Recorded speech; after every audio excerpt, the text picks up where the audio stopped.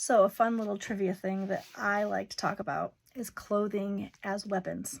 So back in ancient Greece, it was common for women to wear a garment called the Doric peplos, a length of fabric that was draped and wrapped around the body and held in place by pins.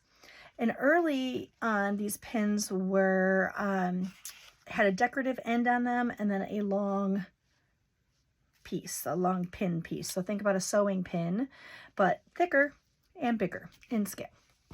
And to secure the shoulders of their garment, they would pull the back of the garment over the front and stick this pin in so the pin stuck that way. Well, while this was really common in the early Greek civilization during the Archaic period, it becomes outlawed after a battle between Athens and Aegina. And the story goes, the Athenians lost this battle poorly. It was a disaster. And only one man survived long enough to return to Athens to bring the news of this battle.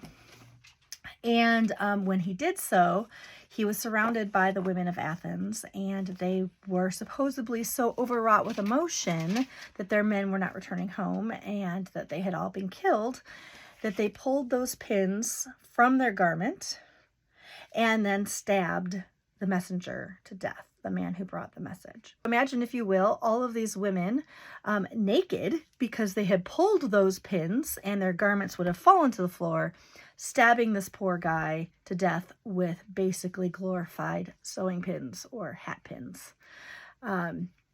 So yeah, the Doric peplos after that was outlawed, replaced by the Doric chiton, which was pretty much the same darn garment, but instead of using long straight pins, they used fibula. And fibula are basically Greek safety pins.